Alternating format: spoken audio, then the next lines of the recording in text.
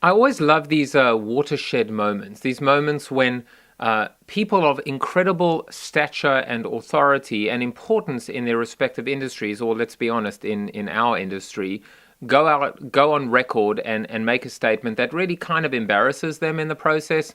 Rupert Murdoch's famous quoted line about, "I was just hoping this internet thing would blow over or go away." Well, clearly it didn't. And now Sir Martin Sorrell, leader of the whole WPP holding company movement, has come out with certain statements about social media, and in particular Facebook and certain aspects regarding privacy and viability, and really, by default or by definition or by inference, I should say, how WPP is structured to be able to deliver against and implement against this opportunity. So recently at a conference, he basically questioned the viability and the validity of approaches or platforms like Facebook. And I want to read this to you. He basically said that social media sites are less commercial phenomena and are more personal phenomena, more similar to writing letters to our mothers than watching television. I don't think he's wrong in the sense that he's referring to some of these platforms as what I would call non-media. Recognizing that human beings are connecting with other human beings. But at the same time, that seems to be a very convenient statement for a man and for a company that isn't structured and positioned and has the talent to understand. Here's the thing. Facebook is actually a phenomenal platform to establish meaningful connections. Social media is a phenomenal and certainly not a fleeting fad or tactic that allows brands to better establish commitment-based dialogue with their customers and with their customer communities.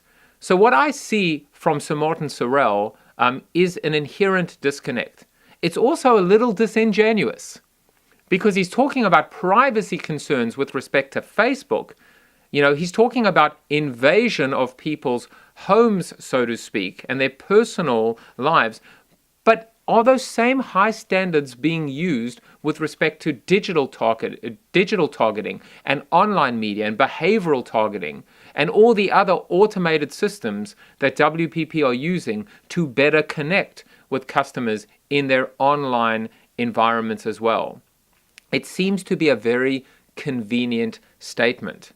He later goes on to talk about the fact that we need to address the imbalance between the amount of time spent online and the dollars that are invested against people online. But again, that's disingenuous because likewise, we need to invest dollars against the time spent that people spend within social media environments and in these social settings. And we need to figure out how to correct the imbalance between that time and the money that ultimately chases them. So I think, as the saying goes, what's good for the goose has got to be good for the gander.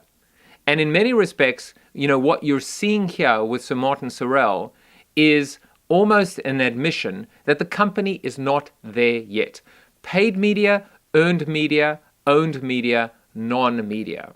I can tell you for free, and I'm not the only one, and I'm certainly not the only company, my company, that there are many companies that absolutely do understand how to better connect with consumers in owned media and in non-media.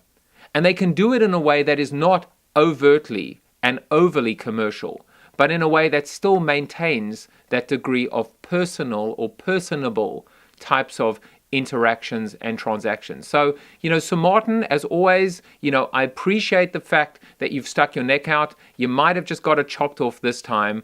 Ultimately, your company is going to have to figure it out because there's no way that you're going to be able to continue in the paid and earned media worlds and not figure out the other two, owned media and non-media. At Jaffe Juice on Twitter, jaffe@powered.com, which is not a WPP company.